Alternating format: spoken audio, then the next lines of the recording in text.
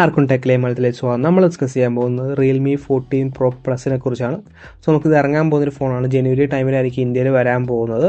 So അതിൻ്റെ spec ലീക്കും കാര്യങ്ങളൊക്കെ വന്നിട്ടുണ്ട്. സോ ഫസ്റ്റ് ഓഫ് ഓൾ നമ്മൾ ഇതിൻ്റെ ഡിസൈൻ വൈസ് നമ്മൾ നോക്കുകയാണെങ്കിൽ നിങ്ങൾ ഈ മേളിൽ കാണുന്ന ഫോണാണ് റിയൽമി 14 Pro Plus. അടിപൊളി ഫോണാണ്, കാണാനൊക്കെ ഡിസൈൻ ഇച്ചിരി വെറൈറ്റിയാണ്. ഒരു കാര്യം കൂടി ഉണ്ട്, ഞാൻ ഡിസൈൻ്റെ കാര്യത്തിൽ വരുമ്പോൾ പറയാം. 8.2 mm തിക്നെസ് വരുന്നത്, 187 ഗ്രാം വെയിറ്റ് വരുന്നുണ്ട്. പ്ലാസ്റ്റിക് ഫ്രെയിമാണ് ഉപയോഗിക്കുന്നത്. പിന്നെ ഗ്ലാസ് പാക്കാണ്, പക്ഷേ കളർ ചേഞ്ച് ആവും. ഒരു 16 ഡിഗ്രി താഴോട്ട് പോയി കഴിഞ്ഞാൽ ടെമ്പറേച്ചർ നമുക്ക് ഒരു ബ്ലൂ കളറിലേക്ക് നമുക്ക് ബാക്കിൽ ആ മെറ്റീരിയലിൻ്റെ കളർ ചേഞ്ച് ആവും. സോ ഇന്ത്യയിൽ എത്രമാത്രം പ്രാവർത്തികമാണെന്ന് എനിക്ക് അറിയത്തില്ല, കാരണം നമ്മുടെ ടെമ്പറേച്ചറൊക്കെ അറിയാമല്ല. പിന്നെ വെള്ളത്തിലൊക്കെ ഇട്ട് കഴിഞ്ഞാൽ കളർ മാറുമായിരിക്കും, അത്രേ ഉള്ളൂ. പിന്നെ IP68 റേറ്റിംഗ്, IP68 69 റേറ്റിംഗും വരുന്നുണ്ട്. സോ ഡിസൈൻ വൈസ് നോക്കുവാണെങ്കിൽ വെറൈറ്റിയാണ് പിടിച്ചേക്കുന്നത്. പക്ഷേ ഇത് എത്രമാത്രം പ്രാവർത്തികമാണെന്നും അല്ലെങ്കിൽ സോ ഇതിനു വേണ്ടി മുടക്കിയ പൈസ നമുക്കൊരു പെർഫോമൻസിൻ്റെ കാര്യത്തിലേക്ക് മുടക്കിയായിരുന്നെങ്കിൽ നമുക്ക് ഇച്ചിരി കൂടി ലോഞ്ചിവിറ്റി കിട്ടിയേനെ ഫോൺ. അതൊരു സജഷനാണ് ശരിക്കും പറഞ്ഞാൽ.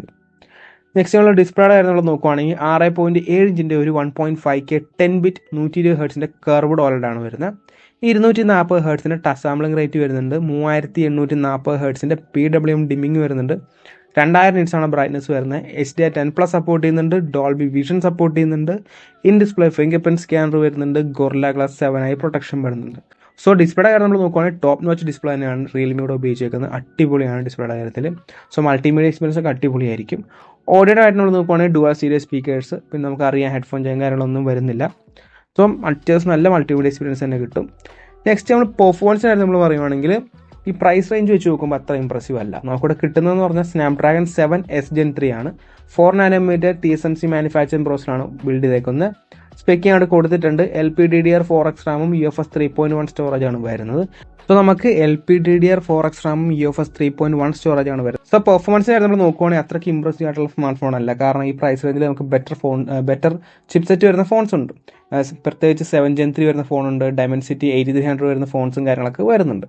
അതാണ് ഞാൻ പറഞ്ഞ ഡിസൈനിൽ ആ കളർ ചേഞ്ച് ചെയ്യുന്ന ബാക്കിനേക്കാളും ബെറ്റർ ഒരു 7 Gen 3 കൊടുക്കണമായിരുന്നു പെർഫോമൻസിൻ്റെ കാര്യത്തിൽ. പിന്നെ കിട്ടണമല്ലേ വാങ്ങിക്കാൻ പറ്റുള്ളൂ, അത്രേ ഉള്ളൂ.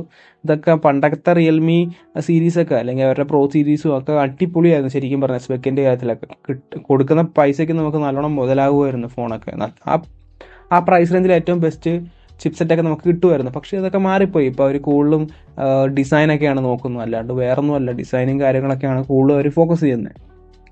പിന്നെ ആൻഡ്രോയിഡ് സ്കോർ നമ്മൾ നോക്കുവാണെങ്കിൽ ടോട്ടൽ സ്കോർ 7,36,206 CPU 2,74,408 GPU 1,92,706 വരുന്നത്. സോ ഗെയിമിംഗ് അത്യാവശ്യം നിങ്ങൾക്ക് പറ്റും. ഡെയിലി ടാസ്ക് ഒന്നും വലിയ കുഴപ്പമൊന്നും ഉണ്ടാവില്ല. ഗെയിമിംഗ് നമ്മൾ നോക്കുവാണെങ്കിൽ സ്മൂത്ത് എക്സ്ട്രീം BGM വരെ കിട്ടും. നമുക്ക് കോൾ ഓഫ് ഡ്യൂട്ടിയിലാണെങ്കിൽ 60 FPS എന്തായാലും കിട്ടും. പിന്നെ OSൻ്റെ നമ്മൾ നോക്കുവാണെങ്കിൽ റിയൽമി UI 6.0 ആയിരിക്കും വരാൻ പോകുന്നത്. ആൻഡ്രോയിഡ് 15 ആയിരിക്കും ഔട്ട് ഓഫ് ദ ബോക്സ്. 3 വർഷത്തെ ആൻഡ്രോയിഡ് അപ്ഡേറ്റ്, 4 വർഷം സെക്യൂരിറ്റി അപ്ഡേറ്റും കാര്യങ്ങളൊക്കെയാണ് വരുന്നത്. സോ ക്യാമറയുടെ കാര്യം നമ്മൾ നോക്കുവാണെങ്കിൽ നല്ലൊരു സെറ്റപ്പാണ് പുറകിൽ. പ്രൈമറി നമുക്കൊരു 50 MP ഒരു f1.8 ആപ്സ് വരുന്ന സോണി ലിറ്റിയ 701 ആണ് സെൻസർ വരുന്നത്.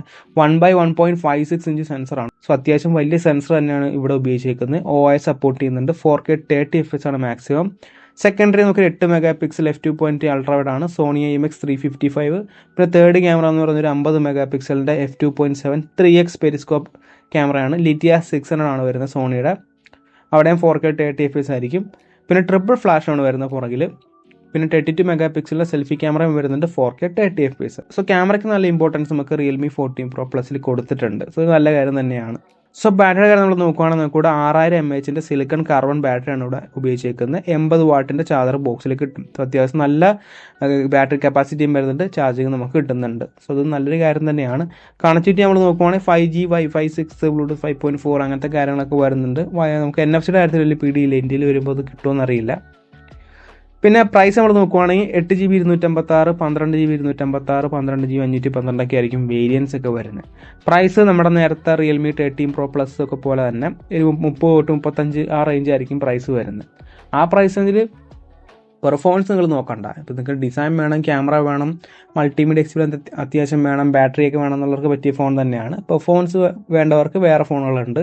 അപ്പോൾ ഈ സ്മാർട്ട് ഫോണിനെ കുറിച്ച് പറയുവാണെങ്കിൽ അത്യാവശ്യം നല്ലൊരു സ്പെക്ക് നമുക്ക് 30-35 കിട്ടുന്നുണ്ട്. എക്സെപ്റ്റ് പെർഫോമൻസ്, കാരണം ആ പ്രൈസ് റേഞ്ചിൽ നമുക്ക് ബെറ്റർ ഫോൺസ് ഉണ്ട്. പെർഫോമൻസിൻ്റെ കാര്യത്തിൽ നിങ്ങൾക്ക് ഫോൺ വേണമെന്നുണ്ടെങ്കിൽ നമുക്ക് 7 Gen 3 വരുന്ന ഫോൺസ് ഉണ്ട്. Dimensity 8300 വരുന്ന ഫോൺസും കാര്യങ്ങളൊക്കെ വരുന്നുണ്ട്. സോ ഈ ഫോൺ എന്ന് പറഞ്ഞാൽ ഒരു ഡിസൈൻ ഫോക്കസ്ഡ് ആണ്. Design camera focus smart phones ആണ്. സോ അങ്ങനെ ഉള്ളവർക്ക് പറ്റിയൊരു ഫോൺ തന്നെയായിരിക്കും ഇത്. പക്ഷേ ഇച്ചിരി കൂടി പ്രൈസ് കുറയ്ക്കായിരുന്നു, അഗ്രസീവ് ആക്കായിരുന്നു. ഒരു 27K ഒക്കെ ആണെങ്കിൽ അത്യാവശ്യം നല്ലൊരു വിറ്റ് പോലായിരിക്കും ഈ ഫോൺ. സോ ഇതാണ് എൻ്റെ ഒരു ഒപ്പീനിയൻ.